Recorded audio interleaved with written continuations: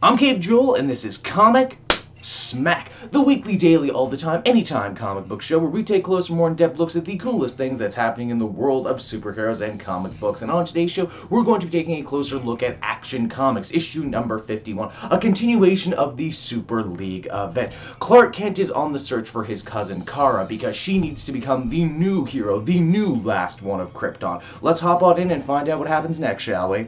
So, as the comic opens, we see Superman go to National City to save his cousin Kara. You all know National City, don't you? It's the city invented for that new Supergirl TV show. It would seem Supergirl was being held captive by the DEO. You know the DEO, those characters that appeared in Batman stories before eventually coming to prominence on that Supergirl TV show that's really popular right now. Well, geez, so much for Jeff Johns saying we're not going to let the movies and TV shows influence how we write the comics anymore, huh? Actually, I don't mean to complain. This actually ends up being kind of an interesting little twist to the story. You see, Kara wasn't actually being held captive by the DEO, they were helping her. As Kara says, when her cousin was outed to the world as Superman, it had a ripple effect in her life. Things got harder, she pushed herself to the limit, and to top it all off, her powers ended up breaking. The DEO and Agent Cameron Chase, again from Batman comics and from that TV show, were assisting Supergirl with some sort of solar therapy sessions that gave her powers back, but only in bursts. Before Clark can break the bad news to his cousin that he's dying, he passes out in midair, which means Supergirl ends up having to save him. From there, we transition on over to China, where Dragon of the Four Pillars completes his mission to Dr. Omen and returns with a sample of Superman's blood. Omen takes the blood and also Dragon's whole hand, which bleeds a heck of a lot. That doesn't really seem sterile. That seems like there's going to be a lot of cross-contamination going on there. Well, we're still not 100% sure what Omen and these Chinese villains are after. We can only assume what with the data break-in and now stealing Superman's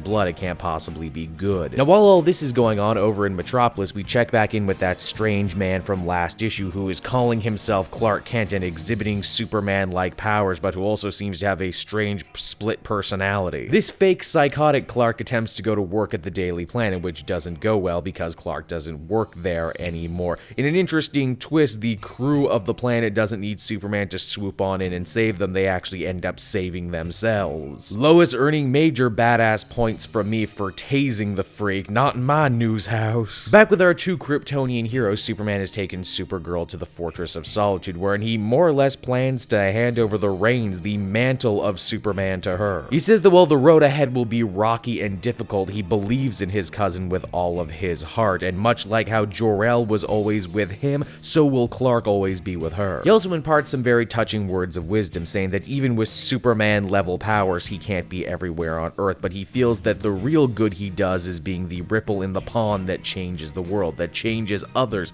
to want to do good, to want to do better. This touching scene is cut short by the appearance of Wonder Woman, who is kind of ticked off that Superman hasn't told her yet about his impending death, and she had to hear about it secondhand. Ooh, Angry X, this ain't gonna be good as the comic ends. Action Comics number 51 was another stellar installment in the Super League storyline, and it also plants the seeds and gets everything ready for what I'm sure the solo Supergirl series will be. The mystery also gets further thickened this episode, what with the Chinese supervillains and the strange doppelganger Clark Kent walking around Metropolis. Who could they be? What could they want? Well, I guess we're gonna have to keep reading to find out. Overall, I would give this issue another solid 9 out of 10. Hey everyone, thanks so much for watching my newest video. I hope you enjoyed it, and while you're here, why not check out another video I have on offer? Or maybe if you're feeling in a supportive mood, you want to like or subscribe. And if you want to support the creation of more videos just like this one, then please by all means check out the Cape Joel Patreon. A little bit goes a very long way, and I will see you all next time.